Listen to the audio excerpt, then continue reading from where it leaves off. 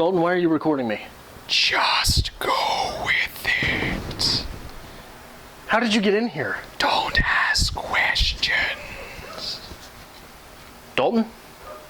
I'll let myself out.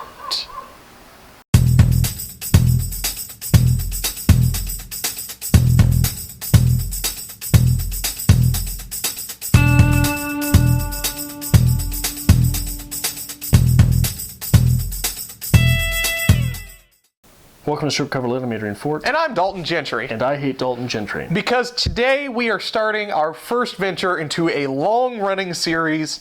We're reading Harry Potter. And instead of a normal, book-a-week breakdown, we're doing 3 chapters at a time, starting with year 1 through year 7. This is going to be a long series. I'm excited. People are excited. This is the first time you've ever read, seen, done anything Harry Potter. Year 1, like, is this book year 1? This is book 1, year 1. Okay, I don't know if I'm making it through everything immediately. Come on. We may get there, we may not. Come on. 7 years of Harry Potter. I have a favorite quote. Oh, lay it on me. That's something. I thought it was very insightful from a writer's perspective. Only the photographs on the mantelpiece really showed how much time had passed. I thought that was a nice insight. It's a nice insight to a household. Tells us a lot about not only the family, but the family setup. If you're not familiar or you haven't read Harry Potter in a long time, chapter 1 through 3, this is introduction of Harry Potter. This is the snake episode at the zoo, and this is the reception of the letters. The end of chapter 3 is when Hagrid comes knocking on the door. So you haven't gotten there yet. You will get there. How do you feel so far? Chapter 1, the thing that stuck out to me, that cat, yes, that's a professor or whatever, yes. Why was she waiting on the street when she didn't know that the Potter boy had survived? I thought she knew the Potter boy survived, but she didn't know Lily and James had died. I don't think she knew. Well, if everybody knew. If she doesn't know that Lily and James had died, then it doesn't matter that Harry had survived. Because if she doesn't know that Lily and James had died, they're still going to have Harry Potter.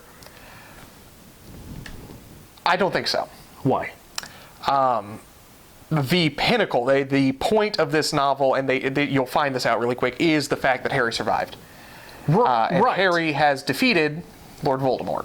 Right. And that's the cause of celebration. She did not know any of that. No, everybody knew that Lord Voldemort had been defeated. Okay, well then she did not know. And she knew that Harry had done it. She did not know. Because she mentioned the scar and all that.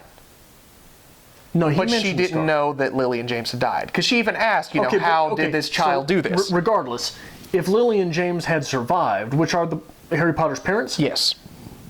He would still be with them, right? Voldemort's gone. The big bad is gone. Maybe so. So there is no worry. And you don't have a lot of background on these characters. Albus Dumbledore is the headmaster of Hogwarts, the school witchcraft and wizardry.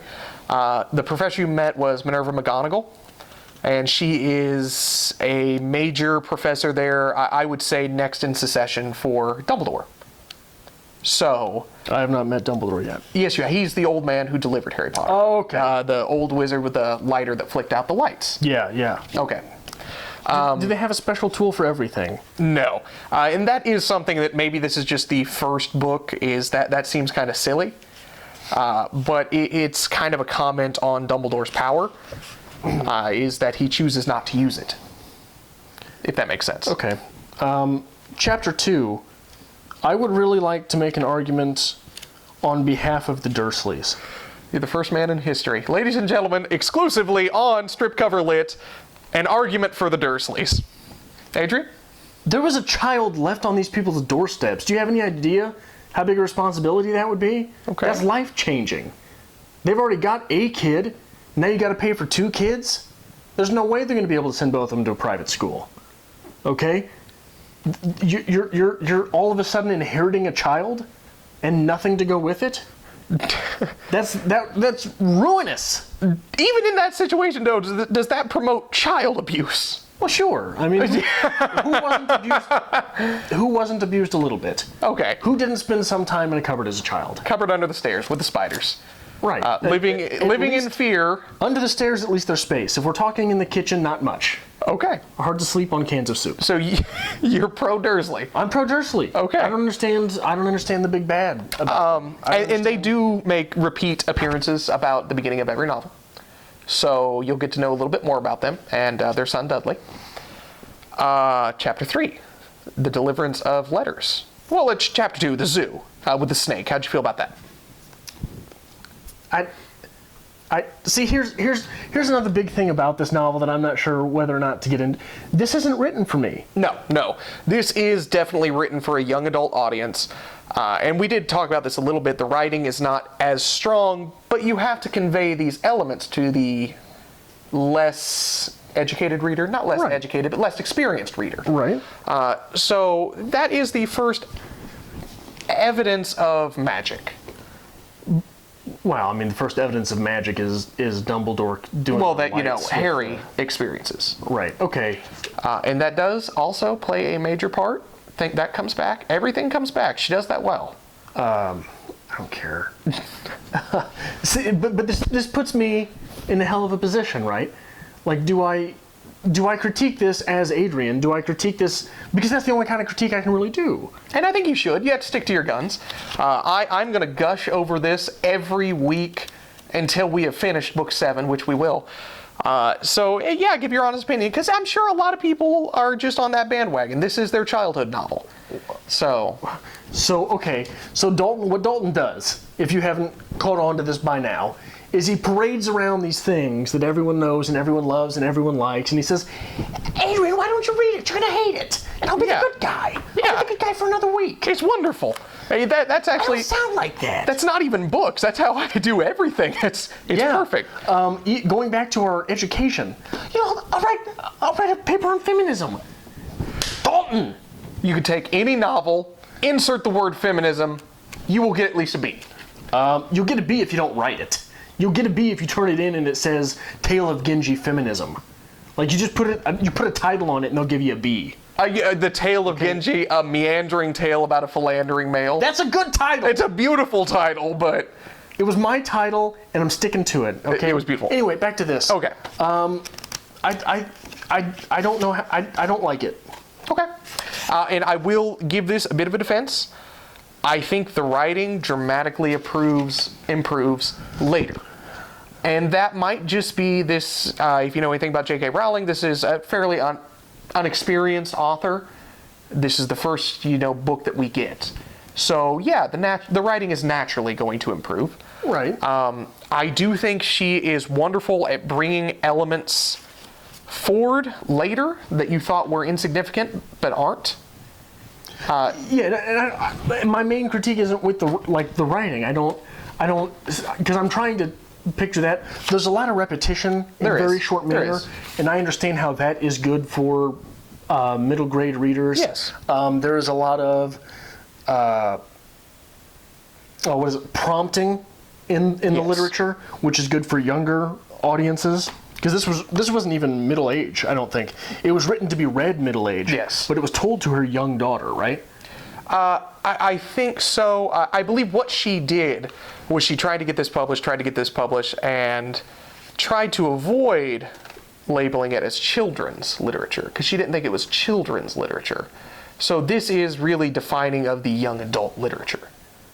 This was one of the first books that was a large book that was written for young adults, but tried to avoid being labeled as children's literature. I don't think this was one of the first young adult novels. I think it was one of the first middle grade novels. Yes. Because it was published in '97, which I would have been in 5th grade, I think. And I remember a big hullabaloo about it. Oh yeah. But even then, even 6th grade Adrian was like, what are you doing? There's even a line when Hagrid delivers Harry on the motorcycle that says he received the motorcycle from a young Sirius Black. That later in the novel, and the first time I caught it is rereading it, that doesn't really come into play until year 3. A young Sirius what? Sirius Black, it's a character name. Oh, okay. I didn't catch that. Year 3 is about Sirius Black. So she has, in the first chapter, set up her third book. Oh yeah, and I think this, I mean, I'm sure this thing is masterfully planned. Yes. There's nothing in here for me. Okay. That's where I'm at with it. All right. So we'll get back on chapter 4 through 6. Here's something I want to ask. Brazil, they speak Portuguese in Brazil, right? I'm not 100% certain. I think Brazil's where they speak Portuguese, they don't speak Spanish. Okay. So the Brazilian snake says, "Thanks, amigo." Is amigo something that they would have said? They would say in Brazil. I think amigo could be considered, like even in English, it's colloquialism. I mean, people understand. Well, what amigo yeah, means. but you're not just haphazardly picking the word amigo, especially as a British author. Speaking of British author, this reads very British. Yeah, I feel yeah, British reading this. This is super not American. Oh my, I've already forgotten term, but the snake is actually speaking parcel tongue or parcel mouth. Okay, so the snake translated It was translated Portuguese for the into reader. Spanish into parcel tongue and chose amigo. Yes. That makes it even less likely. So, this is episode 1 of Adrian Reads Harry Potter, which is what I might actually call this. Episode 1 of Adrian, okay. So we will be back next week, chapters 4 through 6. Hopefully something has changed.